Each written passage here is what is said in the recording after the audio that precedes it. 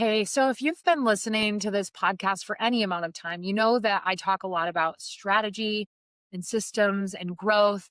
And I recorded a couple of episodes before this for like my pre launch episodes, right? And there's something, as I shared then, that I've come to believe very deeply, both through my own journey and through watching clients grow and scale. And it's this: you don't get the business that you want just by being business minded or having good marketing strategy. You actually get it by becoming the person that is capable of holding it and capable of leading it. And for a lot of high performing women, especially entrepreneurs, that piece gets overlooked. We optimize our funnels, we chase clarity, we invest in strategy, but we neglect our own energy and our own discipline and our own physical well being, almost like it's optional. But what I've seen over and over again is that when someone raises their standards in one area of their life, especially their health, the ripple effect shows up everywhere else. Your focus improves, your confidence shifts a little bit, and decision making sharpens. And on top of that, your leadership expands. This episode is not about fitness for the sake of aesthetics, though that part's fun. It's about identity. This is about who you are becoming. This is about discipline. It's about becoming someone who operates at a higher standard across the board. And that's why I have today's guest on. I hope you enjoy this episode.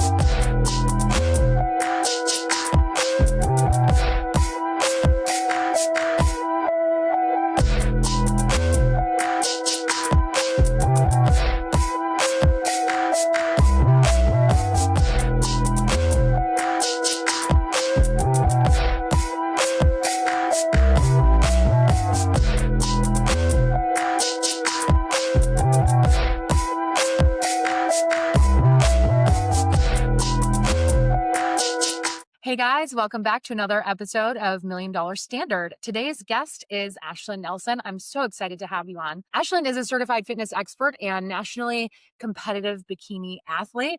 Holy cow. Who has spent years not only transforming her own body, she is smoking hot, you guys, but also coaching others through high-level physical and lifestyle transformations. She's worked behind the scenes in the fitness and supplement space, helping people move beyond just those surface-level goals into sustainable, disciplined ways of living. I actually personally hired Ashlan to help me prep for a photo shoot recently, and what stood out immediately wasn't just her knowledge about training or nutrition. It was her understanding of standards and consistency and what it actually takes to show up when no one's watching, right? Like that's the hard part. She works closely alongside her husband, Wallace Nelson, blending fitness, lifestyle, and metabolic health into a more holistic approach to a full transformation. I wanted her on the show because this conversation sits right at the intersection of health, identity, and business growth. I think it brings everything together really, really well. So Ashlan, I'm really excited to have you here. Welcome. Thank you so much. I'm so excited to be here with you today, Jodi. Yay. All right. So for people who don't know you yet, how did you get into fitness and competing? And how did that evolve with the work that you're doing now? Yeah. So my journey through fitness is actually kind of a long story, but I want to take you through the entire journey because I think it affects so many women, especially. So I stepped into fitness I found a new gym after my third baby and I was like, oh, I'm just going to start working out. And I'll be completely honest, after my third baby, my first marriage was on the rocks. And so I just dove into fitness head first. And I found things I love, but what I also found, it was a coping mechanism for me. And so I ended up getting into triathlons, marathons, ultra marathons, which sounds really cool.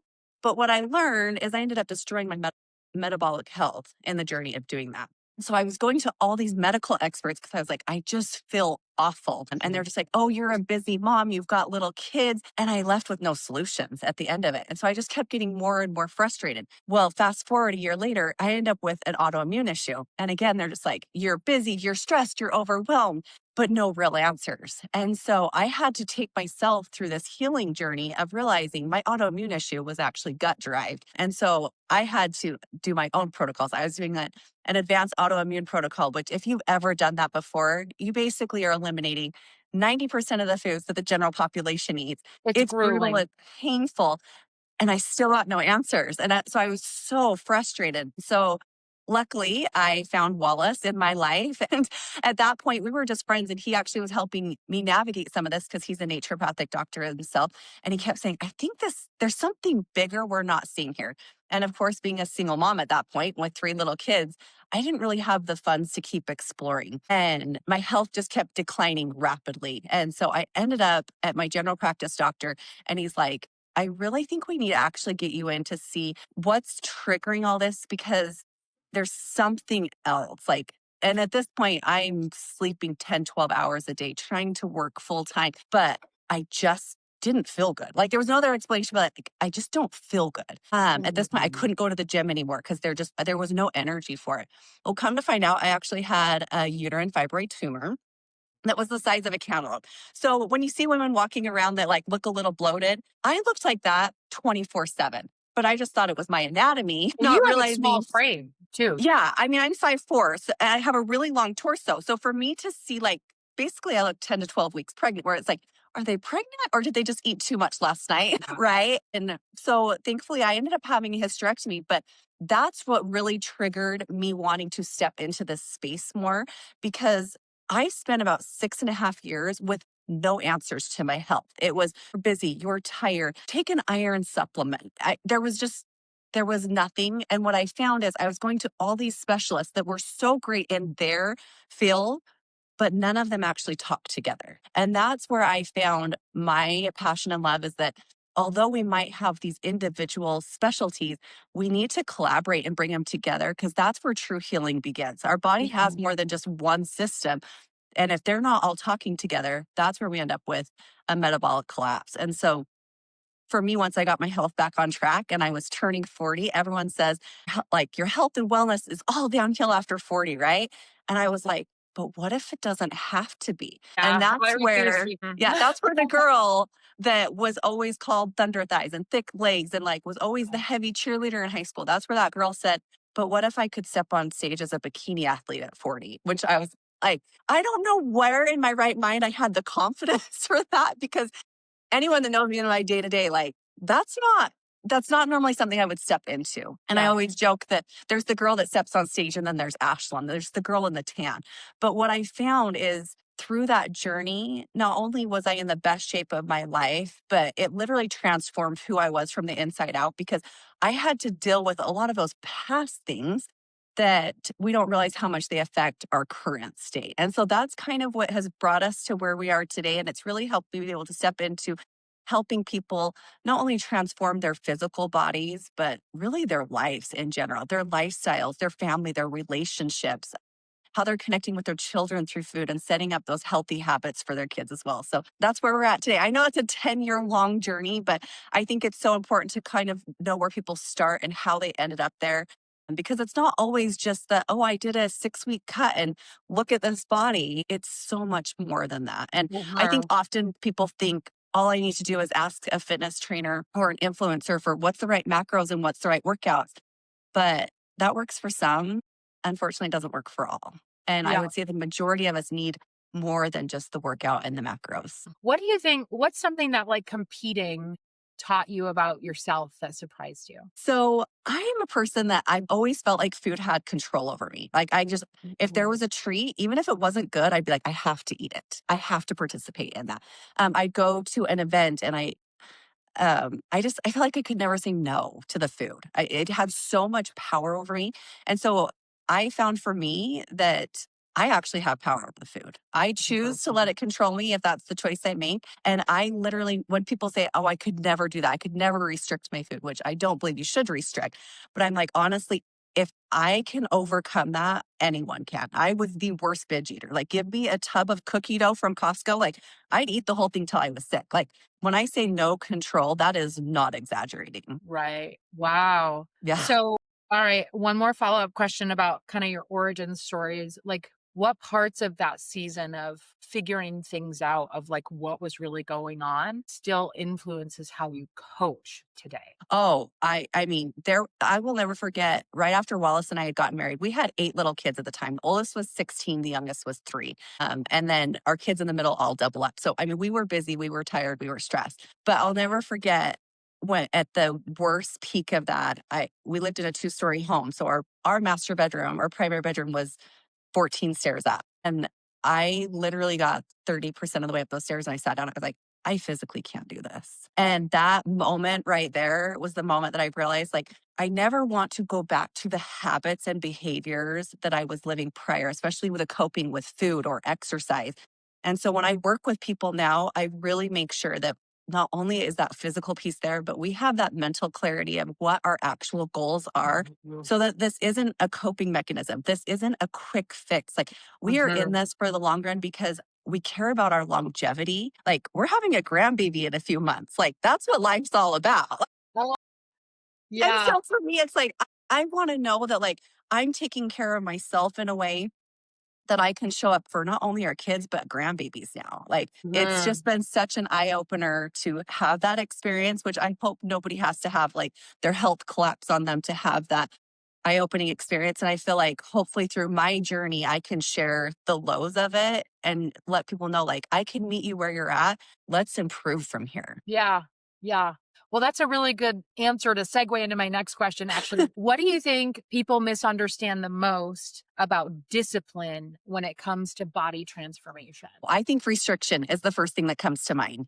I think people think I have to go without, I have to starve myself, I have to work out 6 hours a week, 7 hours a week, or twice a day. And honestly, like less is more. And unfortunately, the last decade in fitness and health, we've been trained more is less. And the less we eat, the more results you get. And that's simply not true. That's where we end Mhm. up with damaging our metabolism. And it's not that they become broken, it's just they downregulate, they start to slow down. And I think that's the biggest misconception is that you have to be in the gym every single day. Could you be in the Oh, gym every single day? Yes, if you love it. But we also have to rest and recovery is key, especially at our age. The first thing I ask people, I'm like, what's your sleep like? Because odds are it's not great. And we have to fix that. yeah, yeah. And you know a lot of my journey too, that like I lost so much weight in such a severe deficit. I had to claw my way out of that metabolic disaster I put Yeah. myself in.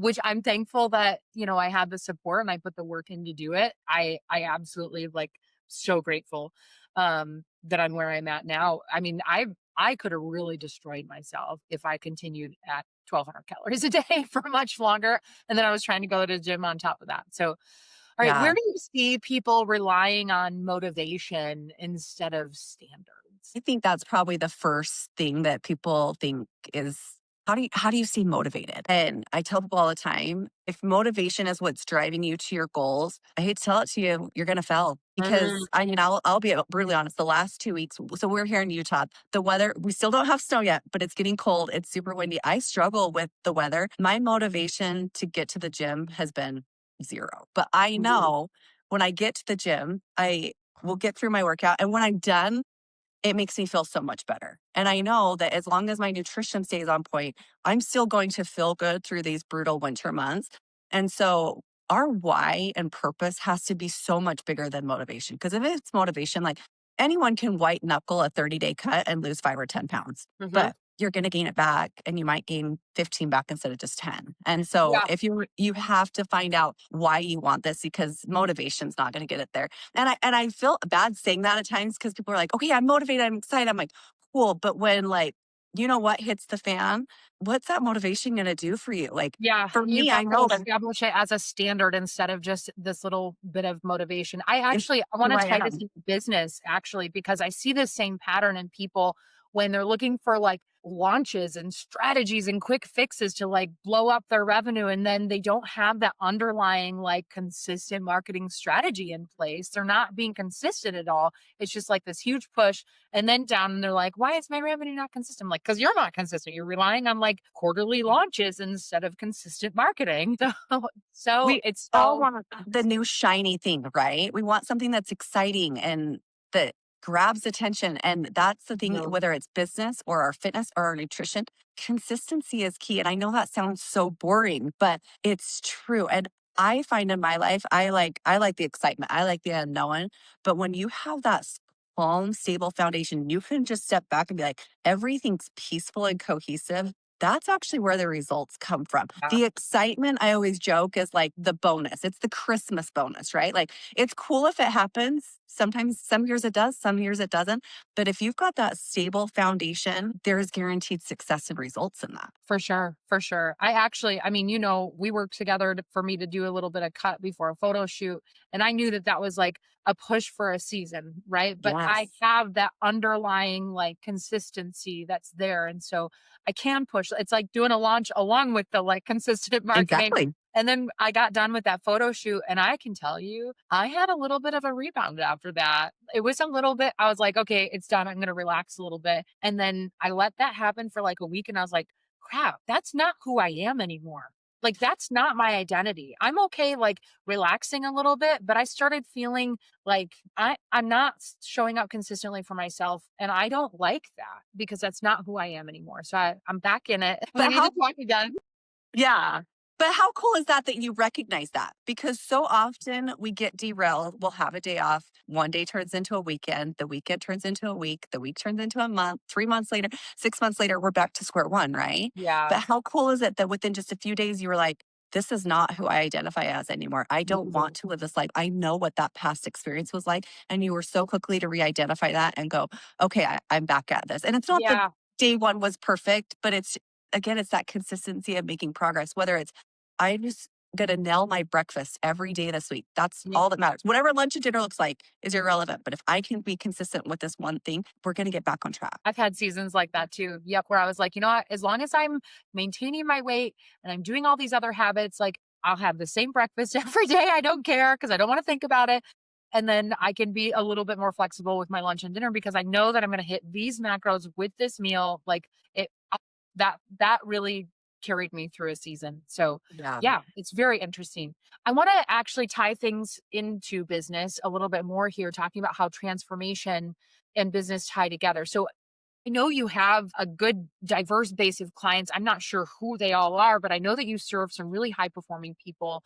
Have you seen clients that are business owners go through physical transformations that led to unexpected growth in their business or leadership? Like, how did those things tie together? They literally go hand in hand, which is wild because you'll see people having success in their business, but then their health is not. And what I find is when you start talking to them and onboarding, their business is actually a roller coaster, which when you match their nutrition and health with it, it's also a roller coaster too. Yeah. So again, as soon as you can get that on the same plane and get that consistency, all of a sudden they're not having this roller coaster of finances going on in their business or employee issues. What people will tolerate becomes way less because they realize these emotions and behaviors are choice driven.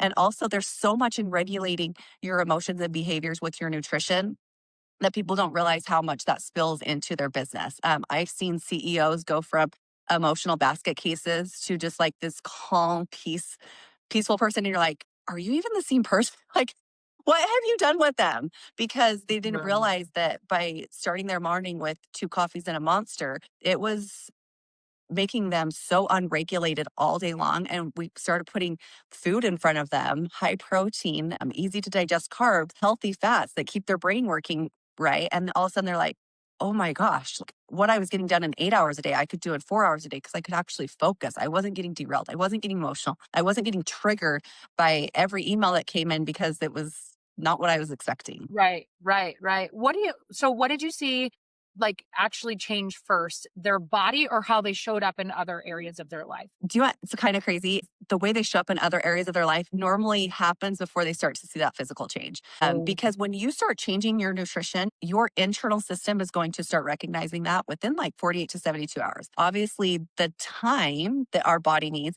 on average for you to see it in yourself is about 4 to 6 weeks. For others to start seeing it is about 8 to 10 weeks. when we can start seeing that emotional change within, that's when we know we're going to start seeing the physical. Yeah, it's so funny, and for someone like me, where, like, my love language is words of affirmation, it takes a while for people to notice that transformation, and you're like, "Come on, anybody?" Yeah. Yeah. You're seeing it in yourself and you're like, not that we need external validation, but But sometimes we sometimes we do. honestly do. And I'll be the first to admit it. Like, I'll go to Wallace and be like, here's my pictures from 2 weeks ago to now. Like, do you see the progress I'm making? Cause like, I need that little cheerleader movement.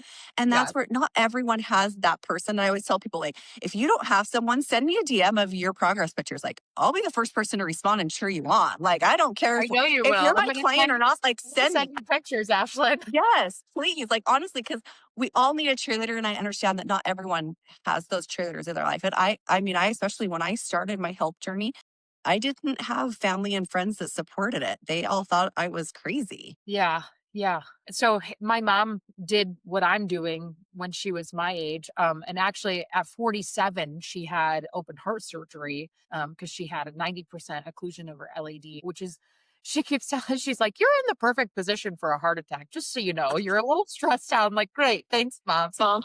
But she's been really intentional, and I love this about her, about complimenting me and saying, like, "I know how good that feels because I was there, and I know what it's like when other people don't notice it, so I want you to know I see you." And I was like, "Mom, you're the best." Like, I And love coming that. from your mom, like, Yeah. how incredible is that? Like, Yep. oftentimes, unfortunately, our moms can be our biggest critic. And I'm so blessed to have an incredible mom. But I work with a lot of people that a huge part of their struggle is actually those parent dynamics and Mm, sibling relationships, ironically, and that they don't have that support. And so they're having to navigate the emotional piece on their own. So I yeah. love that you have a supportive mom that has kind of walked that journey and understands and is there to be your cheerleader. Yeah, yeah.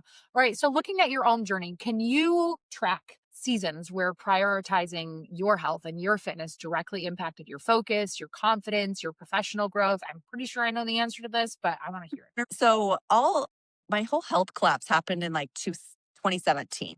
Okay. And luckily, I worked with my husband. Our business was fine. It was great. I shouldn't even say fine. It was great. Like, we lived such a blessed life. And as I navigated that health journey on my own, literally I could pull up probably our cells and it all looks like this. My health and our business was like this. And it was interesting because I hadn't had a reoccurrence of my autoimmune issue since 2017 until actually February of this year, which is very ironic because Wow. that is when we decided to announce we were closing a piece of our business and selling a piece Yes. of our business. And we knew behind closed doors that this was the decision we were making. My autoimmune flare up was unreal. I was sick for Stress, like I'm sure. months. I actually made a post about that just last night. Like, I was sick for 2.5 months and the worst flare up I think I've ever had in my life. And I haven't had a flare up since 2017. So that Yeah. tells you what was going on because I was living in chronic flare ups at that point. And we had announced that this was the decision that we had made because we just felt called to something new at this point. And that's the journey we're walking right now. But it was so interesting because the second I started stressing financially, that's where my health started walking itself backwards. And so there's so I don't say this to sound arrogant, like, I didn't need to have that concern I was having, but I think we're wired that when things shift and things change, it's so easy to kind of get into that, not necessarily victim mindset, but just small thinking mindset. And that's kind of what I was Mm. shrinking. I was like, what if this doesn't work? What if it puts us in a bad place financially? What, like, I just started playing the whole what if. And it triggered all of this, which is wild. And it wasn't until I was like, okay, obviously my autoimmune issue is gut derived, right?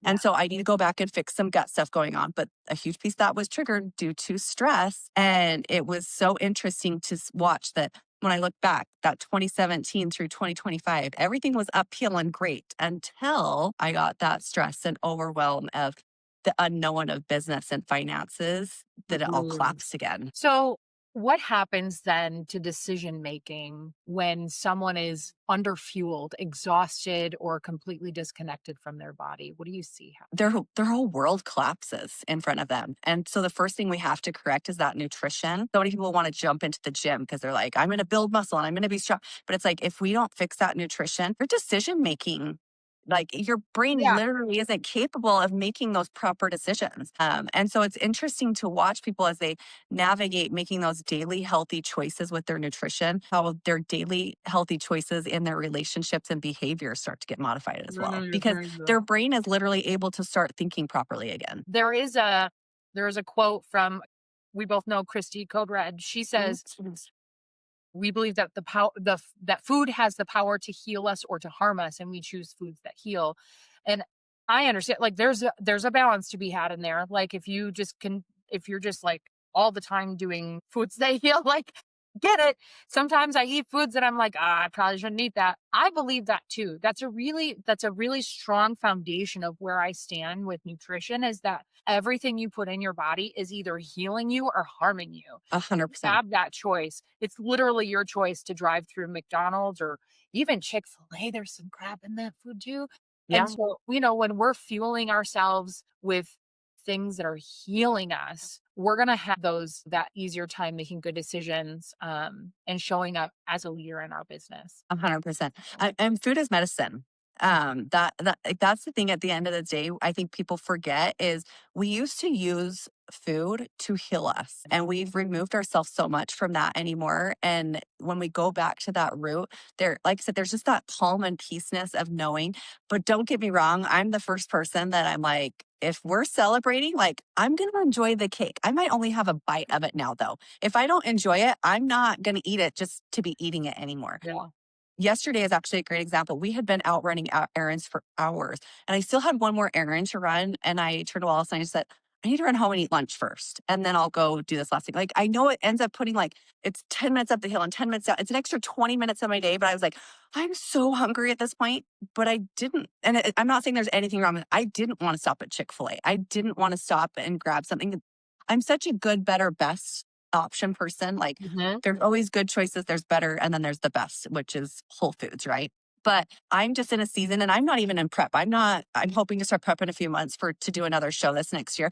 But this is just my everyday life. And I was like, I want to go home and eat the food that I Real know I food. have, which Mhm. I could have probably ran to a grocery store and found something, but I just knew I Yeah. had food prepped at home that would make me feel my best. And Mhm. also for me, I know when I just stop and grab something from a fast food restaurant, it's so easy to be like, and I'll take the fries and a shake. Right?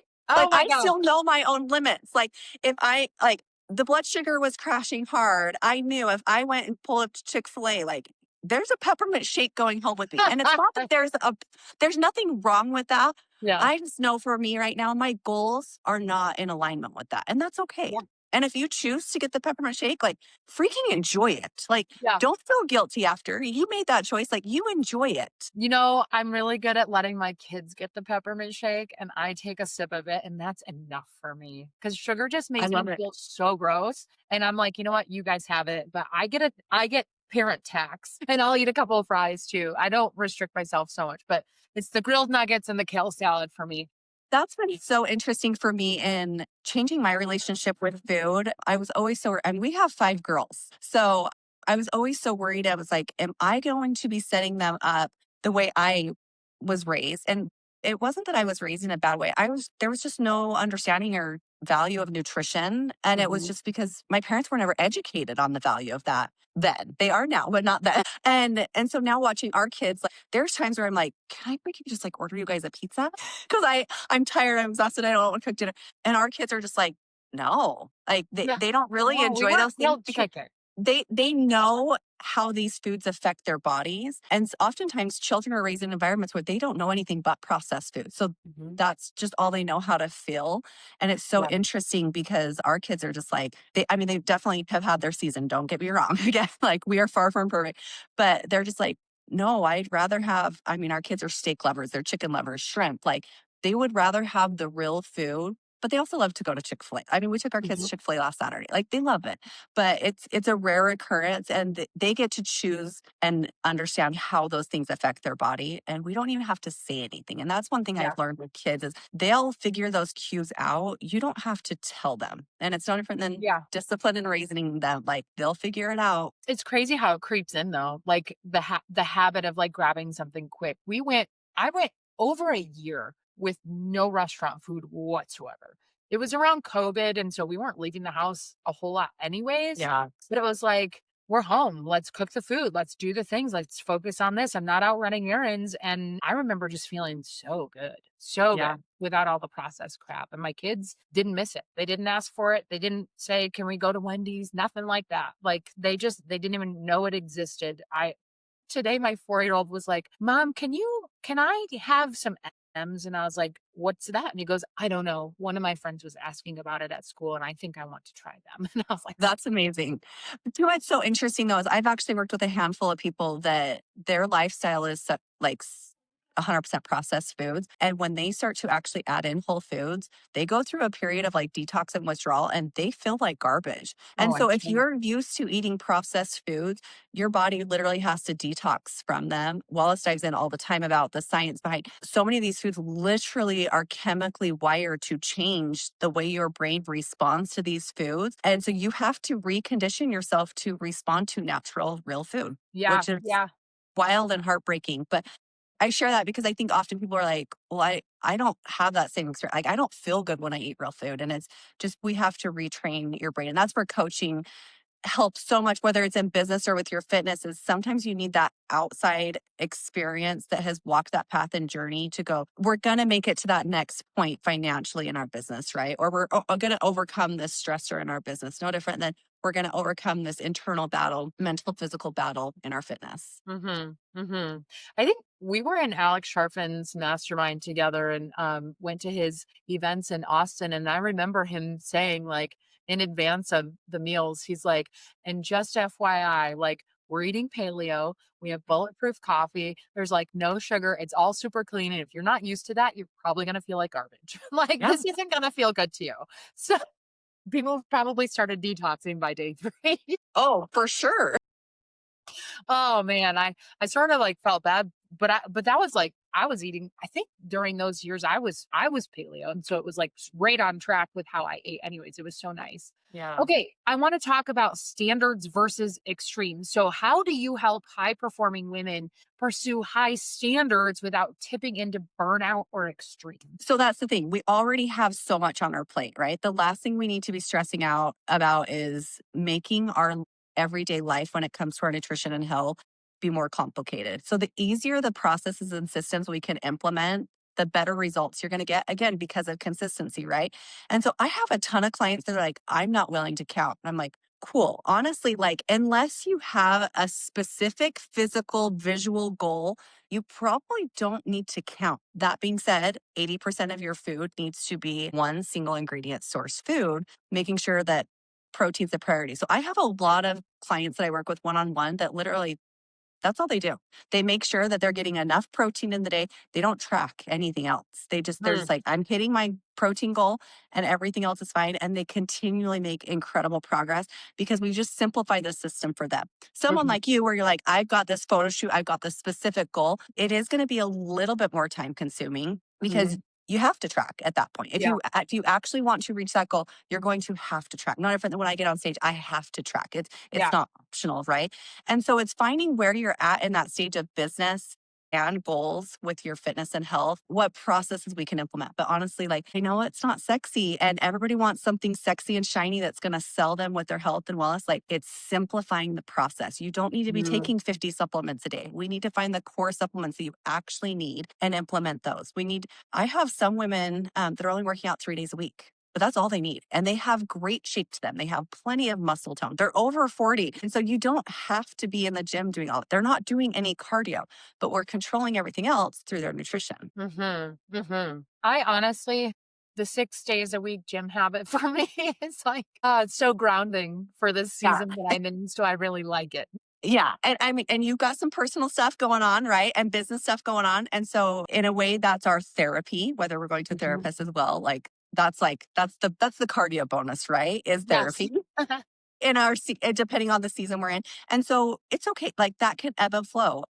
I've gone through seasons where I work out 6 days a week. I've gone through seasons where I work out 3 days a week. Again, it just kind of depends on where you're at, what those specific goals are. But the second we hit that like burnout, we've set someone up for failure. Like I walk my clients through such a process when I work with them one on one that like if we're tipping past the like this is stressing me out at all, we start pulling back immediately. Because if we get to burnout, we're gonna end up with like a 3 month collapse almost always. And that's so hard to come back from. And then it's Mhm. discouraging to come back from, right? So the second we're Mhm. like, this is stressing me out a little bit, it's like, okay, what can we simplify immediately to pull back and let you focus on the areas of your life that are stressing you out so we can get that stress back to a normal state and then we can re-implement what we need to. When it comes to fitness and nutrition, how do you handle the difference between discipline and punishment? Well, food should never be a punishment. And that's coming from a girl that used food and exercise as a punishment. If I went off the rails for a weekend, it meant you ate no carbs the next week, which all that does is creates this vicious cycle of binging and restricting. And so I always tell people like, and I think we actually had this conversation when I was working with you. So I hope you're okay with me sharing this. It's like, you're like, Totally. I had an off day. I was like, cool, use it at the gym. Use those, like change your mindset of I'm using these extra carbs and fats to get me through this strong lifting heavy day. Use it to your advantage. Use it as a powerful tool instead of something negative that's happened. Yeah, it's such a great way. Like that was such a great way for you to address my off day because I've had a coach in the past that was like, "Oh, you didn't hit your goals. Don't even bother like Yeah. talking to me. I'm not going to coach you because you're not doing what I said." And I'm like, "Whoa, isn't that what coaching is? Isn't that what Hmm. coaching is for? Is to like help me get back on track when I fall off?" Like that was very punitive.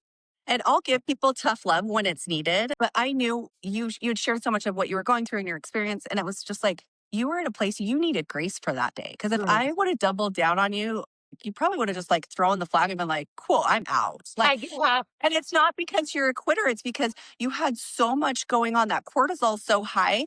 The last thing you need is for someone to be like, well, I'm just going to pour a little bit more fuel on your fire when it's already burning out of control. And you're like, I need water. I need a water hose right now. Like, Yeah, I don't need more gasoline. right. And I think oftentimes having someone to share those experiences with that can just kind of de escalate our own emotions helps us restart the next day or restart the next meal.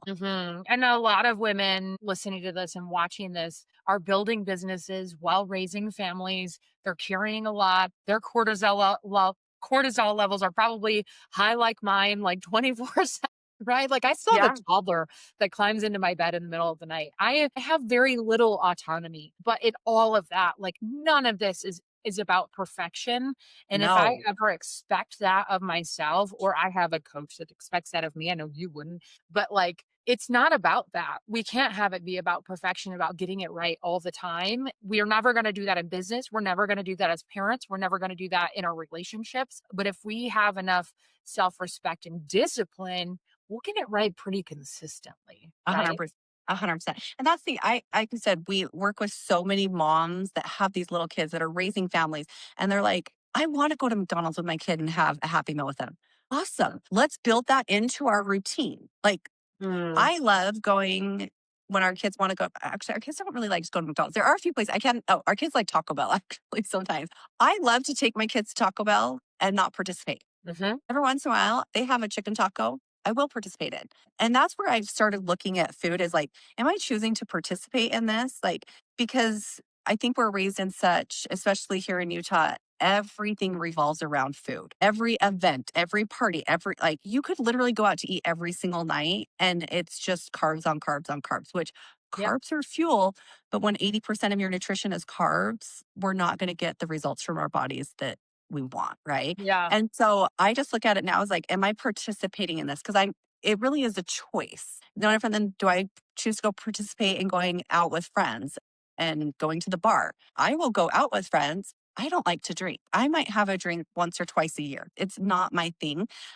Every so often, I'll just take a sip of Wallace's drink. That works for me. And I Mhm. know it's still in alignment with my goals and I don't feel guilty after. And that's it's just retraining yourself on how to change that thinking that there's no guilt behind choices or punishment behind choices because you are making that choice. It's not Mhm. happening to you. Sometimes we are put in environments that are really hard to navigate, but you get to choose what the outcome looks like. Yeah.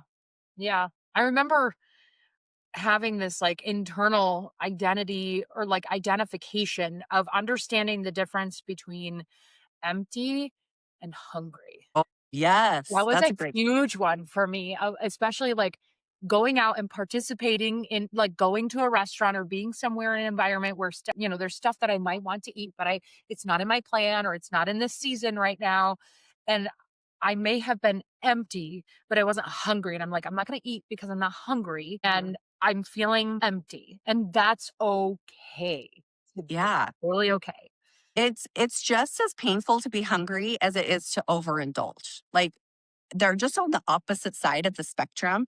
One will create a surplus, which will create weight gain traditionally, right? And the other will just create a deficit, which will create weight loss. Both are uncomfortable. And so you just Mhm. have to find like what's the balance between the two, and it's okay to feel empty. But I mean, even when I have clients in a cut, I don't want them feeling hungry. Like if Mhm. we're timing things properly, if we've set them up for success, you shouldn't feel hungry. If you're getting on stage to compete, I'll be honest, you're gonna feel hungry. It's not like, I'll be honest, like when your body fat gets that low, everyone's like, I want to look like that. And I'm like, I can't tell you. I literally would go to the gym. I would come home and I would crawl back in bed and eat, and I would fall asleep. Wallace would like turn the tub on for me because I would like be like, I want to get in the tub, but like literally water touching my skin, like neurologically, it hurt. But it was like the only way I could relax. You don't sleep at night. Like, you don't want to be, especially for a woman, less than 10% body fat. It's not a great place to be. And that's why, like, with competing, so many people are like, it's horrible for your health. And I'm like, I'll be the first person to agree. It's not great for your health. There are safer and better ways to do it, but you are in that space for such a short amount of time. And it is that white knuckle at the end, and I think that's what's such a good reminder for me. And I keep going back to competing is because I always want to make sure I never have clients in that white knuckling phase because Mhm. there's so much disaster that can happen on the backside. And so if we just find that calm piece of this is just our habits and behaviors. There is so much success in that. No different than in our business. Like these are our daily habits of whether we have morning meetings with our clients and we go through our calendar, those exact same basic foundational habits we have in business are the same in our nutrition and health. Yeah, yeah. Well, that's a great segue into my next question. It's a real zoom out question here, which is if someone wants a different life or business like a year from now, what internal shift has to happen? They just have to change one habit today. Just Mm. start making that one habit change a day. Like, and whether it's a day or a week or once a month, just make one change. That's all it has to start with. And so I always work with people from the foundation of let's start with this one habit. And when you feel like you've mastered it, let's move to the next. Yeah, And people end up with lives that are unrecognizable in 6 months, in a year. yeah. Man, I sent you that picture of me a few years ago. Yes. I've shared it with a few other people, and they're like, "That doesn't even look like you." I'm like, No, "No, the Jodi I met in Austin is not the Jodi sitting here no, today. Like, not even close, which, like, that's such an amazing thing. Like, I never want someone to be like, well, she's the same she was in high school. I love it when people are like, I didn't even recognize you. I'm like, good.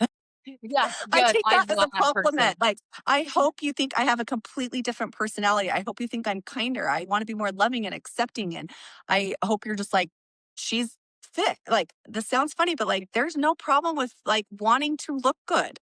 I think so often people are like, oh, it's so vain. It totally is. And it's okay. There's nothing wrong with that. Like, I mean, I tell people all the time, like, if your goal is to look good naked, like, let's do it. Because I think at the end of the day, so many of us, that's our genuine goal. We just don't want to say it out loud. Well, I had Dan Henry on the show, and he That's definitely said it out loud, so for me, but that's okay. I love Dan, so it's okay. he definitely said that part out loud, and it was hilarious. If you haven't seen that episode, you should go watch it. Okay, he actually caused my podcast to get the explicit rating, which is no surprise. Oh, So, all right, that's a great award to, I guess, hold. yeah, thank you, Dan Henry. Hat tip. All right. So the podcast, the show is called The $1,000,000 Standard. And what do you believe that raising your standard actually looks like in a daily life situation? I think it's just showing up for yourself and making yourself better every single day. And it's all about you. It's not about anyone else. And that might Yeah. sound selfish to some, but it really, you cannot serve others to your highest capacity if you aren't taking care of yourself first, whether Yeah. it's your business, finances, life, doesn't matter what it is. It's you. Nice. Well, I want to end light here with some fun rapid fire questions. So if you're ready, we're going to go. Okay, let's All do right. it. What is one food you could eat over and over again? Are you ready? Yeah. Kiwis. I have them sitting right here.